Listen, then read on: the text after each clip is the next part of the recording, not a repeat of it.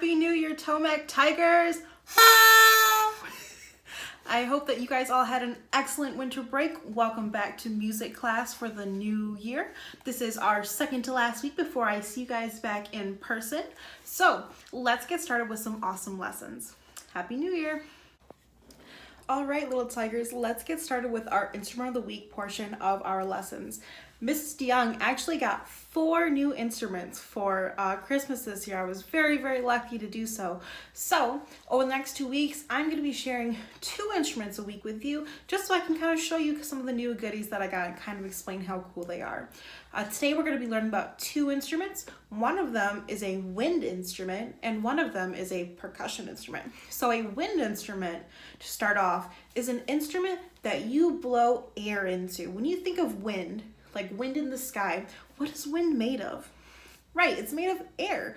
So a wind instrument is an instrument that you blow your air into to make a sound. Some instruments that you might think of would be like a trumpet or a clarinet or a flute. Those are all wind instruments because you're using your air to blow in that sound. The wind instrument that I got for Christmas is this. Can you tell what this is? Very kind of reflects a lot, huh? This is a harmonica. As you can see, a harmonica is a very, very tiny wind instrument. A lot of you have probably seen a harmonica before. You can get a harmonica that's made of plastic, maybe at like a party. You can get it made out of metal, wood. There's lots of things that you can get a harmonica made out of. But what it simply is, it's just this little like brick basically. And if you look at it, it has 1, 2, 3, 4, 5, 6, 7, 8, 9, 10 different holes in it. And in those holes, you blow air to get different sounds. Now, if you remember with a piano, you can blow air, not blow air. If you remember with a piano, you can play on one side of the piano for really low sounds and the other side of the piano for really high sounds. So let's see if that's similar with the harmonica. I'm gonna play on the left side of the harmonica. It might look like the right side to you from the camera, but I'm playing the left side, and I don't know if you can see it, but there's little teeny tiny numbers on it. So I'm gonna play on the left side. Let's see if that's a low sound or a high sound. That sounds pretty low to me. I'm gonna go all the way to the high side now, and let's see if that makes a high side, but the right side, let's see if that makes a high sound or a low sound. Whoa, almost hurt my ears that was so high. So let's kind of see the difference here. Ready? So low, high, super high, right? So if I played all the way across, I could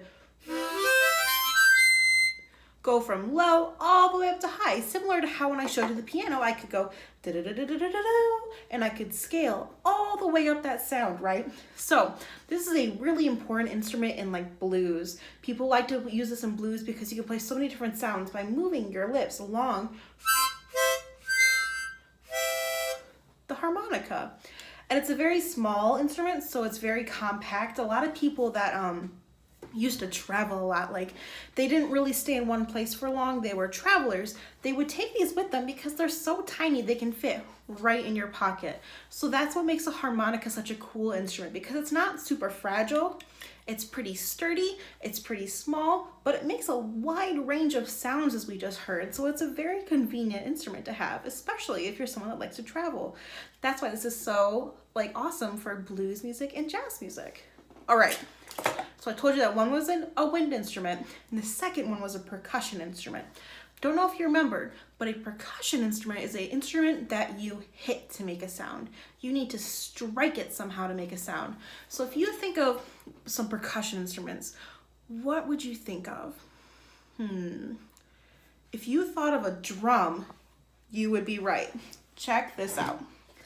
This big old thing that's still got the tag on it is called a djembe, and it is an African drum. And basically, it's this hollow piece of wood, very, very nice. If you can see, it's kind of carved all around, and it's hollow on the inside, so there's nothing in there. It's a hollow piece of wood, and that's where the sound goes through. And you make the sound on this kind of stretched out piece of leather or hide. And what you do is you hit the drum to make that sound. So It has this cool strap here, and it's kind of got like these ropes to tie it down. And this is an African drum called the djembe. So this is a cool drum. It's kind of hard to position it while I'm sitting here in front of you, but you can kind of just play some.